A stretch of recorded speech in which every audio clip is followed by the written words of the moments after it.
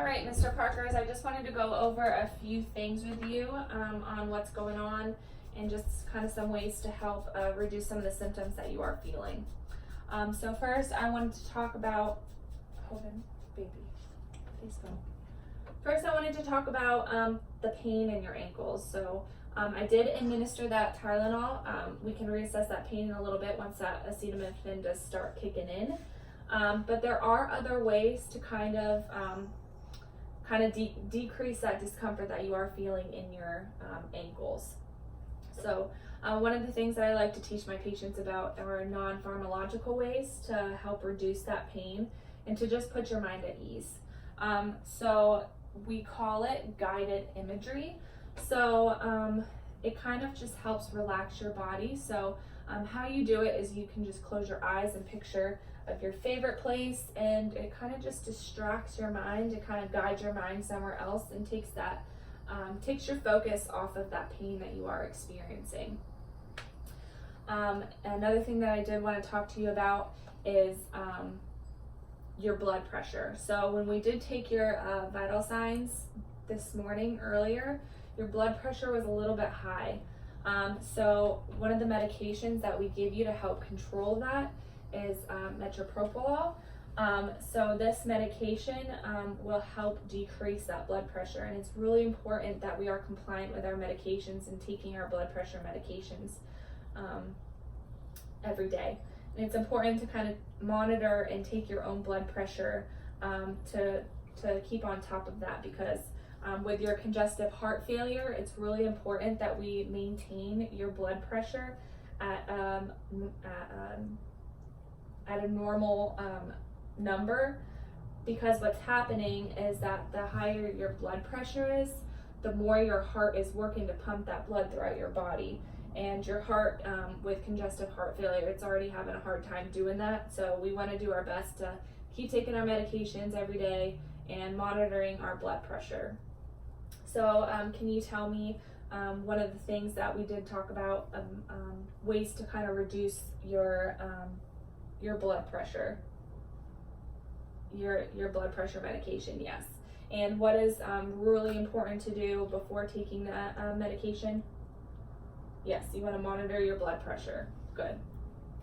Okay, so with your COPD, it is really important to learn ways on how to stop smoking. So your lungs are being affected heavily by your COPD, and you came in with shortness of breath and just like having trouble breathing. So it's really important that we learn all of the facts and try to figure out a way to stop smoking, because the more that you do continue to smoke, the worse that your symptoms are going to be, because the worse that your lungs are going to be affected by that smoke. And also it's really, really important to stop smoking because of that cough and the mucus that you have. It could possibly mean that you do have an infection. So your lungs are already trying hard to, your alveoli and your lungs are working really hard to expand and help you breathe. So the more that you do inhale smoke, the more you're gonna have difficulties breathing, and we don't want that for you. So here are some pamphlets about smoking cessation. They really help. If you do have any questions, just feel free to ask me. Okay, so with your lungs and your ankles, you do have some pulmonary congestion, and you also have, you're holding on to a lot of the fluid in your body. And that's mainly because of your congestive heart failure. It is one of the symptoms. So what happens is the more fluid builds up on your tissues, the harder it is for you to breathe, the harder it is for your heart to actually work. And overall, it's just an uncomfortable feeling having your legs and your ankles all swollen up. So one of the medications that we do give to kind of help get some of that fluid off of your tissues is furosemide. We did give that to you earlier, and I just kind of wanted to give you some information about furosemide. So one of the main things after getting furosemide is going to make you have to pee. So it's really important that when you do have to go to the bathroom, you press your call bell so that we can come up and help you. Secondly, furosemide, we give that to you because it helps take off some of the fluid that is on your legs. So that's going to help the swelling go down tremendously. Also, for your COPD, it is really, really important to train your lungs and to get those alveoli that are in your lungs to expand, because it increases your oxygenation and overall helps you breathe better. So we do have the incentive spirometer, and I'm going to show you how to use it. And you want to be using that frequently throughout the day. You know, if you're watching TV, do it 3 to 5 times, just kind of during a commercial. So you take this, and you see the tube here. You want to take a deep breath, and then you want to suck. So you want to inhale when you are using this, and then the meter will go up. And the more you do that, the more you're going to train your alveoli, and you're going to just increase your oxygenation. So it's going to help you a lot with your breathing. Also, with your congestive heart failure, it's really, really important that we talk about diet. The more sodium that you take in, the more your body is going to want to retain water. So with your edema and the swelling going on, you're already retaining so much water. So what we want to do is we want to decrease that sodium so that your body will stop retaining so much fluid and water to kind of counteract that. So kind of ways to reduce sodium in your diet, just like while you're cooking, you could use fresh herbs, you can use lemon juice. There's so many different fresh herbs out there that give your food a really good taste, sometimes that you won't notice that there's no salt in there.